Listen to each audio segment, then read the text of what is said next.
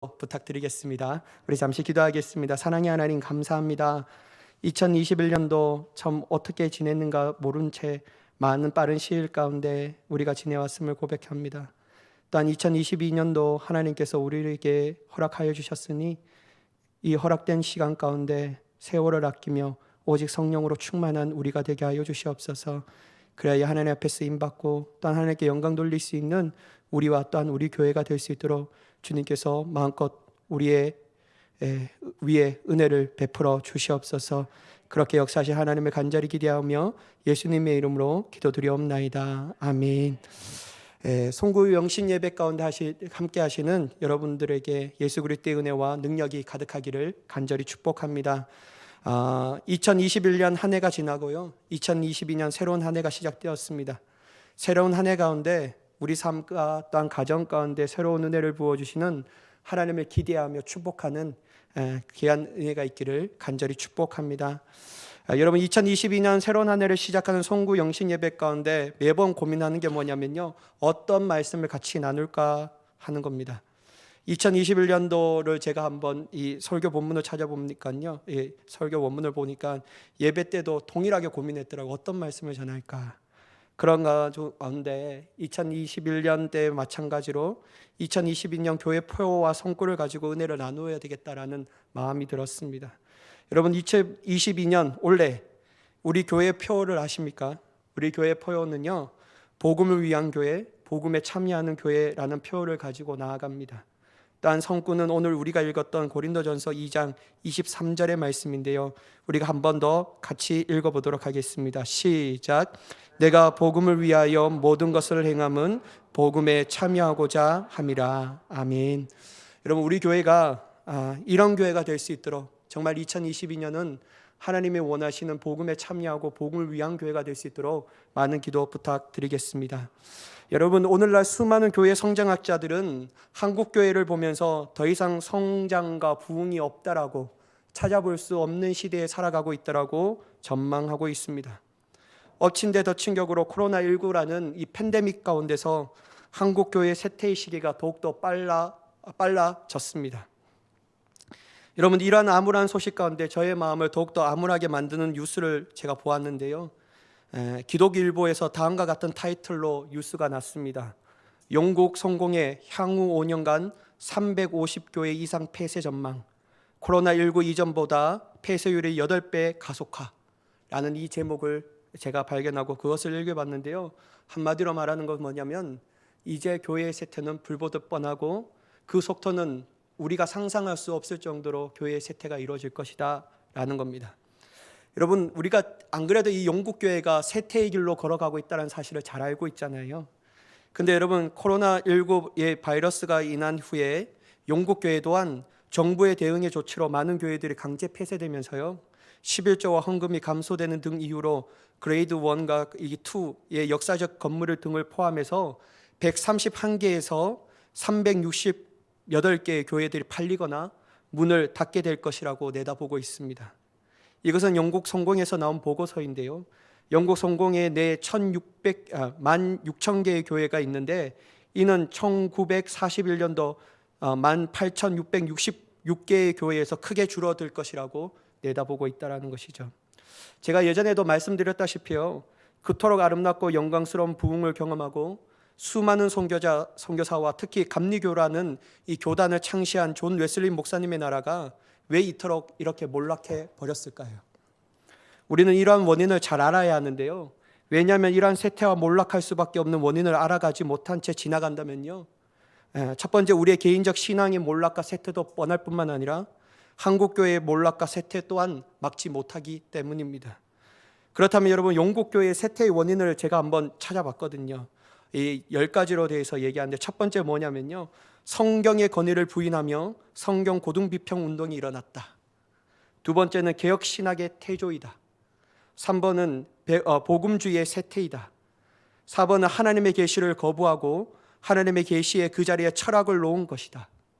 5번째는 설교의 권위가 하락되었고 전도 설교, 복음 설교는 없고 정치, 사회, 도덕에 대한 설교가 많아졌다. 6번째는 이론적이고 직적인 접근이 많은 설교이다.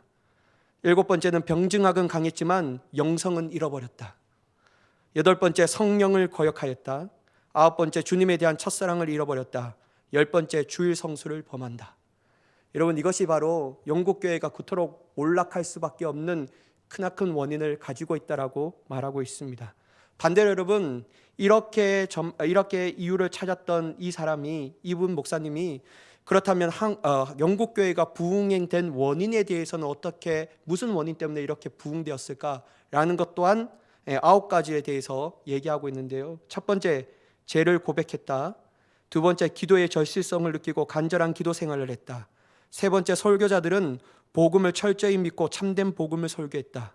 네 번째, 조지 히필드의 설교 핵심의 내용, 즉 원죄, 중세, 성령의 직접적이고 즉각적이고 내적인 영향을 믿음으로 의롭다함을 입은 것, 하나님과 화목되어야 함, 회심하지 않는 채 목회 사역을 하는 것, 회심하지 않는 설교자들에 대한 질책, 다시 말해서 내 안에 계시는 그리스도를 느끼지 않고 그리스도를 전하는 설교자를 비난하는 것이 그쳐졌다. 다섯 번째, 예수 그리스도의 중심적, 그리스도의 피에 대한 엄청난 강조점이 주어짐, 십자가의 보혈의 찬송을 많이 불렀다. 여섯 번째는 하나님에 대한 갈망, 하나님의 임재에 대한 갈증, 그리고 살아계신 하나님을 아는 지식을 갈구하였다. 일곱 번째는 믿음으로 의롭다함을 받는 곧 중생의 교리가 강조되었다. 여덟 번째, 거룩한 삶, 경건을 추구하였다. 아홉 번째, 성령을 의지하였다. 이때 비로소 영국교회가 부흥했다라고 말하고 있습니다. 저는 이런 것을 볼 때요, 교회의 부흥과 성장 또는 개인의 부흥과 성장은 온전히 하나님의 역사인 것을 우리가 인정해야 합니다. 하나님께서 기뻐하시는 교회, 하나님께서 기뻐하는 사람들에게 부흥과 성장을 허락하시죠. 하나님께서 싫어하시고 하나님께서 원치 않는 사람들에게는 부흥과 성장을 허락하지 않습니다. 여러분, 하나님께서 그 교회와 그 사람에게 부흥과 성장을 허락하시는 단 하나의 이유가 뭐냐면요, 그 교회와 사람을 통하여 하나님의 뜻을 온전히 이뤄가고 싶어 하신다라는 것이죠. 그렇다면 여러분, 하나님께서 기뻐하시는 교회, 단 기뻐하시는 사람은 어떤 특징을 가지고 있을까라는 사실 또한 간과하지 말아야 합니다. 저는 영국교회의 부흥과 쇠퇴, 오늘날 한국교회의 부흥과 쇠퇴, 또한 성경 안에서 특별히 사도행전에 나오는 초대교회의 부흥을 보면서 제 마음 가운데 내린 결론이 있습니다. 바로 복음에 사로잡힌 목회자, 복음에 사로잡힌 성도, 복음에 사로잡힌 교회는 반드시 부흥한다. 하나님께서는 그 교회에 당신의 사랑하는 자녀들을 보내주신다라는 것이죠. 이러한 사실을 우리가 너무나도 잘 알고 있습니다. 그래서 여러분, 사도 바울도 이러한 사실을 알았기 때문에 23절에 다음과 같이 고백합니다. 내가 복음을 위하여 모든 것을 행함은 복음에 참여하고자 함이라. 여러분, 이것은 어떠한 고백을 의미합니까? 자신의 삶의 행동, 자신의 생각, 마음, 모든 것의 가장 중심은 바로 복음이라는 것을 말하고 있다는 것이죠. 그렇다면 여러분, 사도 바울이 단지 복음을 중요시한 이유가 자기가 개척하고 또한 가르친 교회의 부흥과 성장만을 위해서 복음을 단지 이용적으로 사용하는 것일까요? 그것은 아니라는 겁니다. 사도 바울 또한 복음을 단지 교회의 부흥과 성장을 위해서가 아니라 그것보다도 이 복음을 가진 더 본질적인 것을 그들에게 알려주고 싶었다라는 것이죠. 24절의 말씀을 보시면요, 운동장에서 다름질하는 자들이 다 달릴지라도 오직 상을 받는 사람은 한 사람인 줄을 너희가 알지 못하느냐? 너희도 상을 받도록 이와 같이 다름질하라. 사도 바울은 운동장에서 다름질하는 것을 비유하면서 말하고 있습니다. 한마디로 여러분, 제가 몇 번이나 말씀드렸지만 그의 머릿속에서는요, 구원이라는 것은 이 경주를 예상하고 그리고 있다는 것이죠.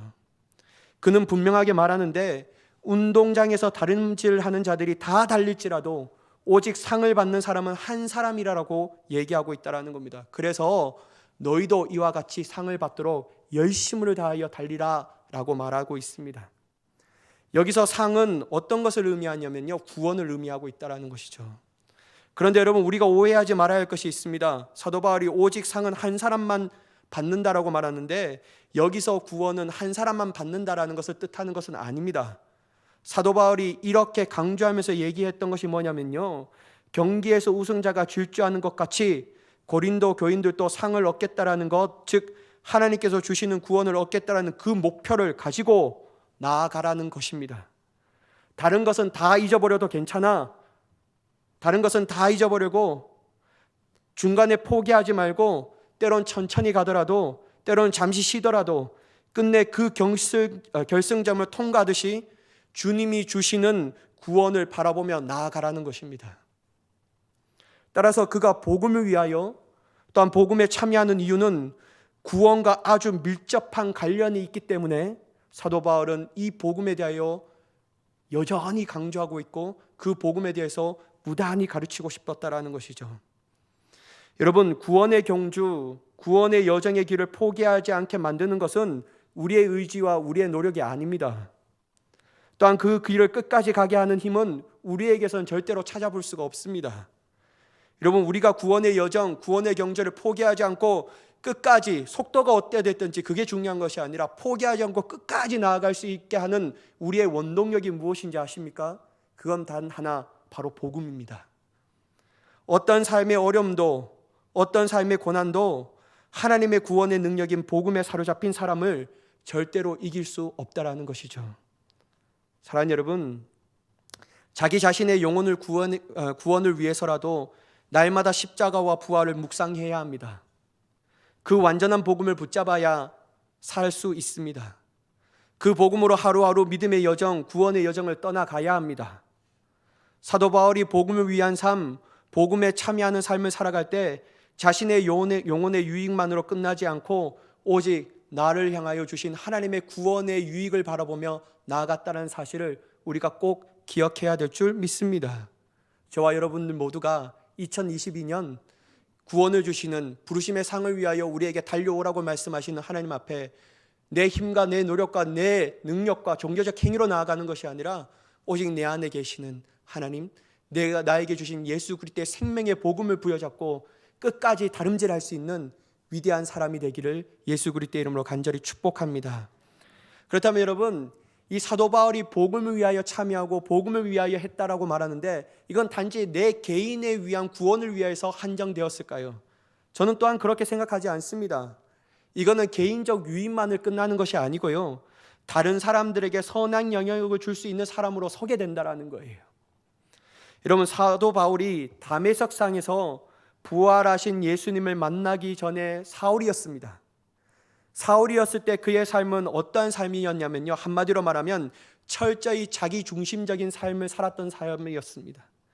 자신의 혈통, 율법을 지키기 위한 열심, 자신의 학력과 스펙, 이런 것들이 그에게 자랑이었다라는 거예요.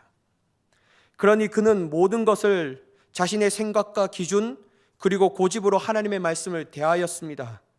그럴 때 그는 예수 그리스도를 믿는 신실한 그리스도인들을 잡아 죽이는 데 앞장섰다라는 거예요. 왜냐하면 자기 중심적으로 자기의 나름대로의 판단과 생각으로 이 하나님의 말씀을 바라보니 예수님은 2단 중에 2단이었다라는 거예요. 그러니 여러분, 그는 그의 눈의 가시가 누구냐면 바로 그리스도인들이었습니다. 그것이 하나님의 보시기에 잘못된 열심과 열정이었음에도 불구하고 정작 자신은 깨닫지 못한다라는 거예요. 하나님을 위해서 한다라고 하지만 여전히 그가 했던 모든 행동들은 자신의 만족과 유익을 위해서 했던 것이었습니다. 따라서 그는 다른 사람들에게 선한 영향력을 끼치기보다 두려움과 무서움의 대상이었습니다. 왜냐하면 그에게는 살기가 등등하였기 때문입니다. 그에게는 사랑과 은혜를 찾아볼 수가 없습니다. 그에게는 자비가 없었습니다. 여러분, 하나님의 성품이 어떠한 겁니까? 하나님은 사랑의 하나님이시고 자비의 하나님이시고 하나님은 은혜의 하나님이셨습니다. 그런데 여러분, 그에게 남는 것은 오직 정의, 이게 하나님의 정의가 아니라 자신이 꿈꾸고 있는 그 정의를 가지고 무서운 칼날을 휘두르고 있다는 것이죠. 하지만 그가 여러분 다메섹에서 부활하신 예수님을 만나니까, 다시 말해서 생명의 완전한 복음, 하나님의 능력인 복음을 경험하게 되니까 그의 삶은 놀랍도록 변화되었습니다. 자기 자랑, 자기의 모든 것들을 자랑하는 모든 모습은 없었습니다. 그리고 살기 등등한 모습도 온데간데 없어졌습니다. 오직 그에게 남는 것은 예수님의 마음밖에 없었습니다. 자신의 삶을 보면 복음을 대적하였고 예수님을 믿는 사람들을 죽이는데 앞장섰던 자였지만 이러한 자신을 포기하지 않고 사랑과 자비와 긍휼로 친히 먼저 찾아와 주셔서 만나 주신 예수 그리스도의 위대하신 은혜를 깨닫게 되니 그는 변화되지 않을 수가 없었다라는 거예요. 이러한 자신을 구원해 주신 하나님께 감사하며 자기가 핍박했던 예수님 또한 복음을 이젠 다른 사람들을 위해 전하는 자의 삶으로 변화되었다라는 것이죠. 자기 자랑에서 도리어 예수님만을 자랑하는 삶이 되었고 자기 중심적인 아닌 복음 중심적인 삶으로 변화되었습니다. 그가 복음을 위한 삶, 복음에 참여한 자로 변화되니 그를 만나는 사람들에게 선한 영향을 끼치는 사람으로 세워졌다라는 것이죠. 복음을 전하니 육신의 병이 있던 자가 나음을 얻게 되었습니다. 귀신 들린 자가 깨끗함을 얻게 되었습니다. 심지어 죽었던 자도 다시 살아나는 위대한 선한 영향을 끼치는 위대한 사도가 되었다라는 것이죠. 한마디로 죽이는 자로 쓰임받는 자가 아니라 생명을 살리는 자로 쓰임받게 되었다라는 것입니다. 그러니 여러분, 생명을 살리는 자로 쓰임받으니까 사도 바울과 교제하기 위하여 모든 사람들이 애썼다라는 겁니다. 제발 우리에게 오시오. 제발 우리에게 찾아와서 우리를 도움을 주시오. 제발 당신이 가지고 있던 이 복음을 우리에게 가르쳐 주시오. 복음으로 사로잡힌 바울과 교제하니까 그곳에는 기쁨과 행복과 즐거움이 넘쳐났습니다. 사도 바울과 교제하면 교제할수록 그에게 있던 완전한 복음을 들으면 들을수록 듣는 사람들이 살아가고 있는 시대와 상황과 환경과 경제적인 여건은 최악이었는데도 불구하고 그에게 있어서는 천국의 기대가 넘쳐났다라는 거예요. 그들에게는 부활에 대한 소망이 넘쳐났습니다. 예수 그리스도를 믿는다고 말하면 로마 시대에는 죽음을 당하게 되었는데 그 죽음조차도 무서워하지 않는 자로 변화되었다라는 것입니다. 사랑하는 여러분, 바로 이것입니다.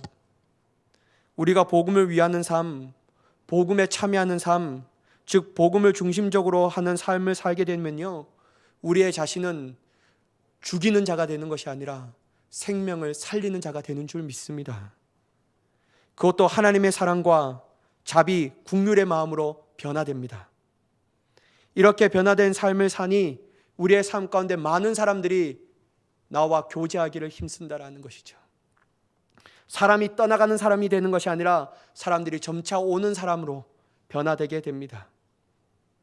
그 사람만 만나면 참 기분이 좋습니다.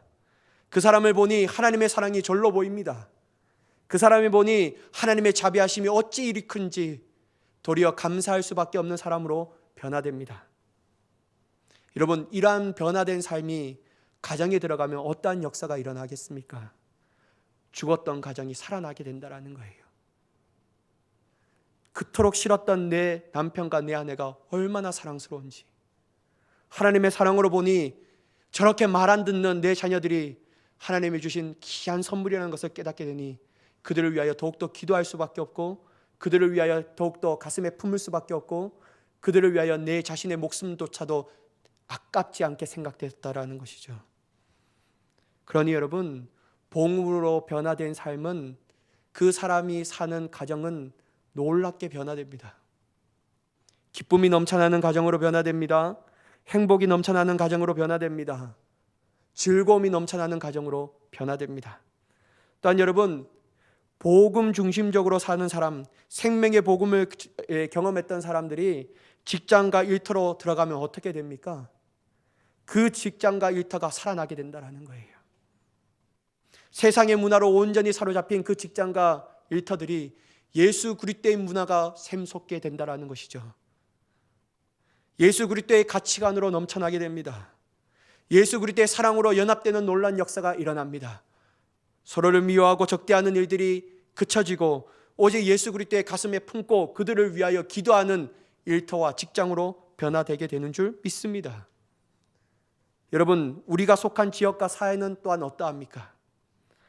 복음으로 사로잡힌 자들이 그 지역과 사회로 들어간다면 그 지역과 사회는 다시 살아난다라는 거예요.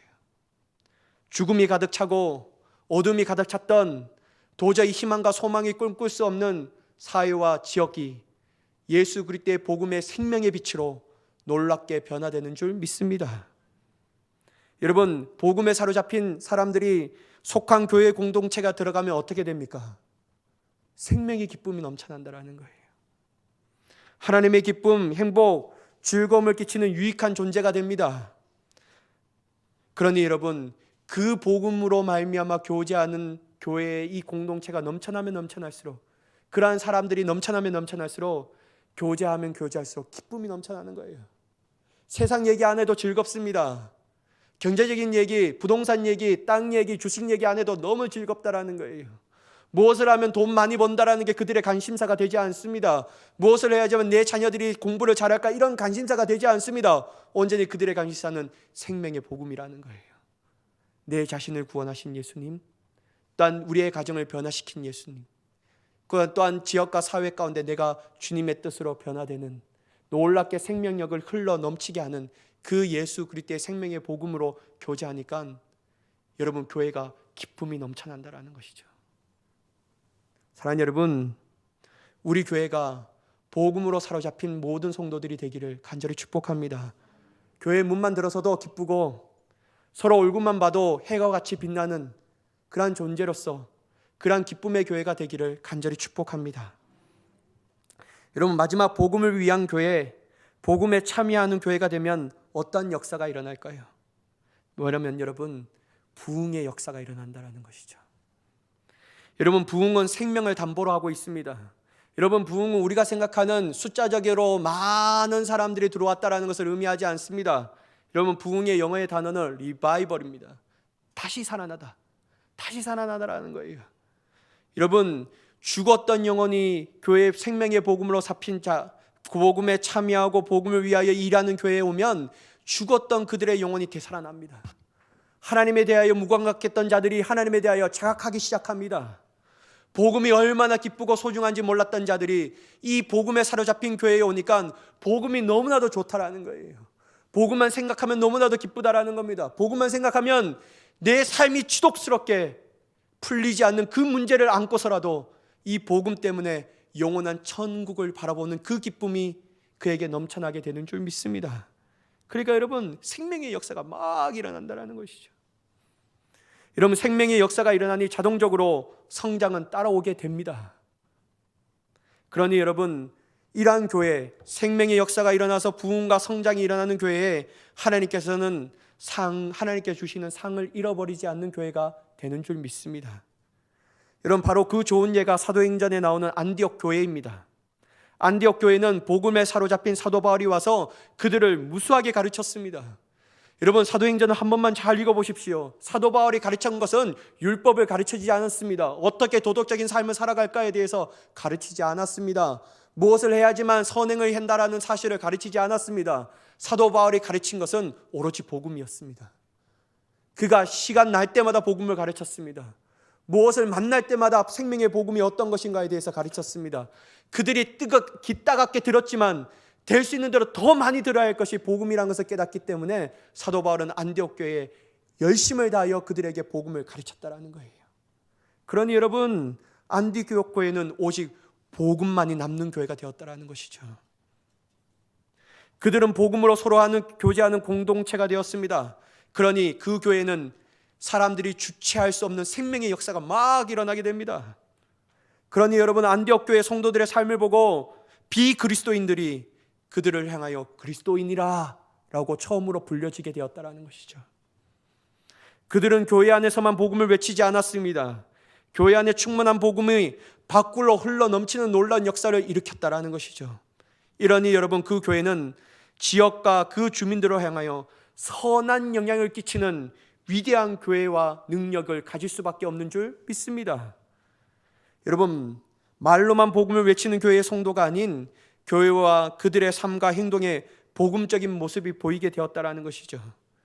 이러한 놀라운 역사가 일어나니까 믿지 않는 지역에 사는 사람들이 그들의 모습을 보고 그리스도인이다, 정말 저들이 그리스도인이다 라고 말하게 됩니다.